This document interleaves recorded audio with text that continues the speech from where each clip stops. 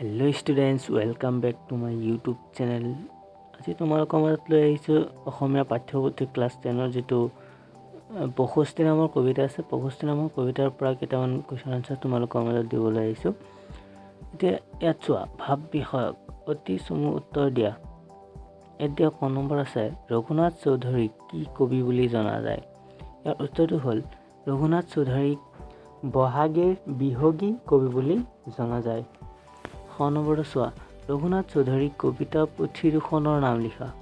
উত্তৰ ৰঘুনাথ চৌধুৰীৰ কবিতা পুথি দুখনৰ নাম হ'ল সাদৰী আৰু নৱমল্লিকা। নম্বৰটো চোৱা প্ৰকৃতিক কোনে সাদৰী আনিলে বুলি কবিয়ে কৈছে। ইয়াৰ উত্তৰটো হ'ল প্ৰকৃতিক নতুন কুঁহিপাতবোৰে সাদৰী আনিলে বুলি কবিয়ে কৈছে। তাৰপিছত ঘৰটো চোৱা মন্দিৰৰ উপেক্ষিত কি ফুলে প্ৰেম পৰিমল যচা বুলি কবিয়ে কৈছে।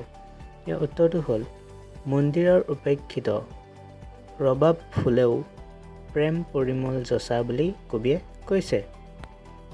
নম্বৰটো চোৱা জল স্থল আৰু ক'ত দেৱতাৰ মহা অভিযান চলিছে।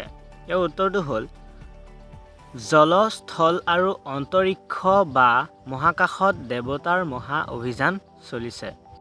প্ৰথমটো চোৱা মহামহিমৰ গান কিহে গায় বুলি কবিয়ে কৈছে। ইয়াৰ উত্তৰটো হ'ল কিশোক বেনুৱেও মহামহিমৰ গান গায় বুলি কবিয়ে কৈছে। তাৰপিছত 2 নম্বৰটো চোৱা কবিতাটোত কবিয়ে প্ৰকৃতিৰ কি বস্তু টানি আনিছে লিখা। ইয়াৰ উত্তৰটো হ'ল কবিতাটোত কবিয়ে প্ৰকৃতিক বিভিন্ন বস্তু টানি আনিছে।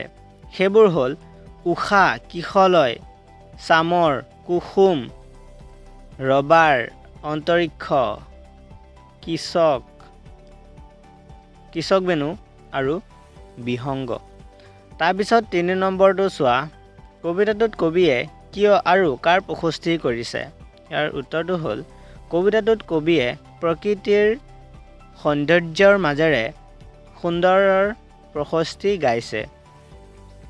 প্ৰশস্তিৰ সৌন্দৰ্যৰ মাজত কবিয়ে চিৰসুন্দৰ অৰ্থাৎ কেতিয়াও নেদেখাজনৰ অস্তিত্ব উপলব্ধি কৰাৰ কথা কৈছে।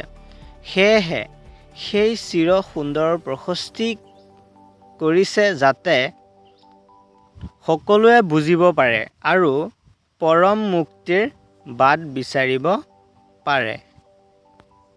বন্ধুসকল আজিৰ ভিডিঅ'টো ইমানতে সামৰিলোঁ আৰু নেক্সট ভিডিঅ' এটাত তোমালোকৰ মাজত লৈ আহিব চেষ্টা কৰিম। তোমালোকে চেনেলটো ছাবস্ক্ৰাইব কৰি আৰু ভিডিঅ'টোত এটাকৈ লাইক কৰি দিবা। থেংক ইউ, কিপ ৱাচিং মাই চেনেল।